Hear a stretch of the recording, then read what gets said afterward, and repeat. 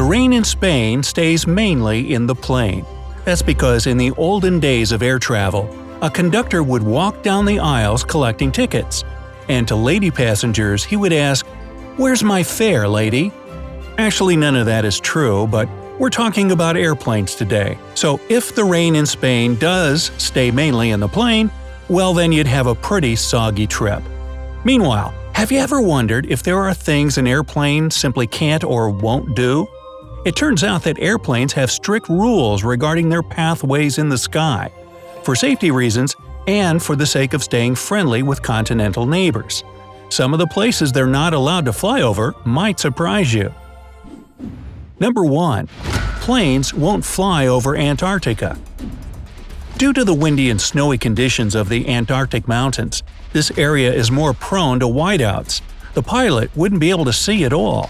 Also, in the event of an emergency, landing in Antarctica or its mountains would expose passengers to some pretty harsh, freezing conditions and rough terrain. That mountain terrain isn't exactly landing friendly either. Plus, the penguins won't like it. Number 2. Planes won't fly directly over the Earth's poles. The Earth's North Pole has super strong magnetic fields that are constantly changing. Their reach and direction can change by miles a year. Why is this such a big deal for pilots?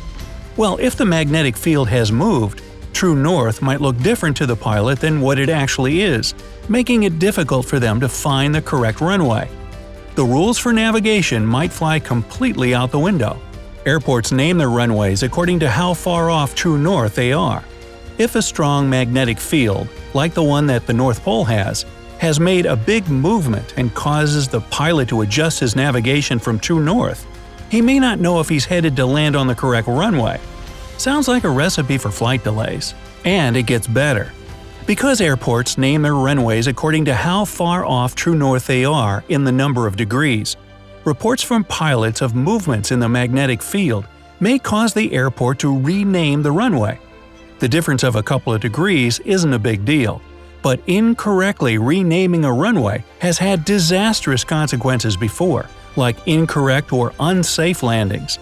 Situations like these are very rare, but it's a good idea for pilots to just avoid those poles and magnetic fields. 3. Airplanes won't fly over the Pacific Ocean. Well, it's not really true that they won't per se. It's because there's a shorter route. Say you're flying from North America to Asia.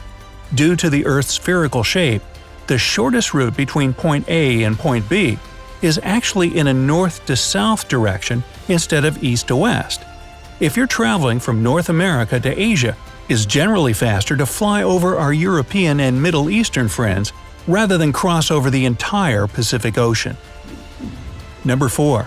Planes won't fly over Tibet. This is largely due to the Himalayan mountains. First, if a plane has to land in an emergency situation, mountains aren't exactly the ideal impromptu runway. Know what I mean? Secondly, if a plane did manage to land in the mountains, there's no doubt that it's a pretty rough terrain for passengers to cope with while waiting for help, and the mountains would, no doubt, cause serious damage to the aircraft. Most importantly, it has to do with altitude. The Himalayas reaches one of the highest altitudes in the world. If a plane starts losing cabin pressure, the pilot is supposed to descend to an altitude where the air in the cabin becomes breathable again. This is hard to do if you're flying among super high-altitude, unforgiving mountains like the Himalayas. Number 5. They won't fly over the City of Mecca. The simplest reason here is that there's no airport in Mecca. The next city over isn't that far away, so there's no need to spend the millions of dollars it would take to construct an airport. Secondly, there's a strong magnetic field in Mecca. As mentioned earlier, a magnetic field can cause navigational problems for pilots. 6. They can't take off when it's too hot. Recently, in Phoenix, Arizona, more than 40 flights were canceled because it was too hot. Arizona is already a pretty hot place, but when it's too hot, the plane simply can't get enough lift. Quick science lesson. Airplane wings are shaped to make the air move faster over the top of the wing, so the pressure of the air decreases. When the pressure on the top of the wing is less than the pressure on the bottom of the wing, It creates a force called lift on the wing that pulls it and the plane up into the air. But when it's too hot, the air density is lower, which increases the needed runway speed to get air flowing over the wings to create enough lift for takeoff. So we'll just sit this one out. 7. Planes can't fly over George Washington's house. Located in Mount Vernon, Virginia, the house of the first President of the United States is still standing, although it's seen a lot of wear and tear over a few centuries. It was built in the late 1700s after all. It's considered a National Historic Landmark, so to prevent further damage to the historic home, even from air vibrations in the sky, the airspace above George and Martha's house was declared a no-fly zone. 8. Disney World and Disneyland. For safety reasons, temporary airspace restrictions are sometimes put in place above areas where there's going to be a ton of people, so no one would get hurt in case a plane needs to make a surprise landing. For instance, temporary air restrictions are placed every year over the Super Bowl. But what place draws bigger crowds than the happiest place on Earth? In 2003, the Disney Corporation put temporary no-fly zones over both their parks, which cost a ton of money, by the way. But somehow they just stuck. So to this day, the airspace over Walt Disney World and Disneyland is a no-fly zone. Number 9. Pantex Nuclear Facility. This nuclear plant is located in Amarillo, Texas, and it basically keeps all of the U.S.'s nuclear material safe. But they also have some old, you probably don't want to move it around too much type of materials left over from past conflicts. Therefore, there's a wide no-fly zone around and above the facility. We don't want any accidental booms. Number 10. Camp David. Sounds ordinary, right? Well, don't let the simple name fool you. Formerly known as the Naval Support Facility Thermont, it's a bit of sacred place for U.S. presidents. A lot of important people have come, and still come, to visit this place and have meetings where many international agreements have been signed. Located in Thermont, Maryland, President Franklin D. Roosevelt started the tradition of holding important meetings here. In the 1950s, President Dwight Eisenhower renamed the retreat Camp David after his grandson.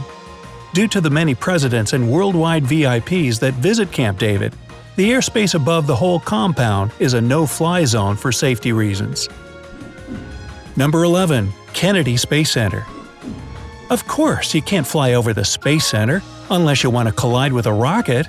Nah, just kidding. But there are some pretty obvious reasons why the Kennedy Space Center in Florida is a no-fly zone. One reason is the big crowds. Space fanatics all over the US and even the world come to the Kennedy Space Center to watch rockets launch into space. The other reason is that there is a lot of NASA and US Air Force activity that goes on here, pretty important work. So, safety for all parties is the top priority. 12. Area 51. Okay, everybody knows about this mysterious and fabled place, right? Aliens, UFOs, unexplainable events? But that's a whole other video. The interesting thing about the restrictions on the airspace above the whole area is that it's a no-fly zone for civilian aircrafts and military ones. Where the actual Area 51 isn't really known, so it's attributed to a pretty big stretch of Nevada desert. The fascinating point here is that the whole area is a no-fly zone, but we don't know exactly why. Ooh. Number 13. Buckingham Palace. Located in London, England, Buckingham Palace is known as one of the most important and recognizable historical landmarks in the world. Home to the Queen of England and all of her administration and staff, it's obviously an important building to the British public and British government to protect. There are also many frequent important visitors to the palace, whose safety should be considered. Buckingham Palace is meant to protect the Queen and the royal family, so of course, a no-fly zone was established above it. 14. The Taj Mahal. It's one of India's most beautiful and recognizable pieces of architecture. Completed in 1653, the Taj Mahal draws thousands of tourists each year. In 1983, it was recognized as a World Heritage Site. The Indian government placed a no-fly zone above the area of the Taj Mahal in 2006 to safeguard this important historical building and the many tourists who come to witness its majesty. Now, how about you? Do you know any interesting facts about what airplanes can't or won't do? If so, let me know down in the comments. If you learned something new today, then give this video a like and share it with a friend. But hey, don't go refusing to fly over something just yet. We've got over 2,000 cool videos for you to land on. Just click to the left or right. Remember, stay on the bright side of life.